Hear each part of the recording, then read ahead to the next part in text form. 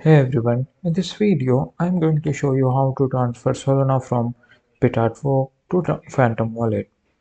First of all, you have to obtain deposit address in the Phantom wallet. In order to do that, you have to open the Phantom wallet app on your device. Now you have to select on receive option. After clicking on the receive option, you will have to choose the Solana from here. As you can see here, the first option, which is Solana. Just tap on it.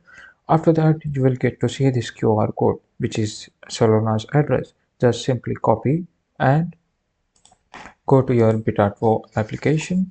Now log into your account, navigate to the Solana section. Just simply go and click on Solana. Now here you can see there is an option called withdrawal. Click on that. Now simply click continue. Right now I haven't just enable the two-factor authentication. Right now I don't have any account yet, so after this process you simply go to paste the deposit address you copied from Phantom into the send to field. Enter the amount of SOL you want to transfer. Now you have to preview and confirm the transaction. After confirming the withdrawal, you can check the transaction status on Solana's blockchain explorer. So this is how you can transfer Solana from Bitvavo to Phantom wallet. If this tutorial helped you, then subscribe to the channel and thanks for watching.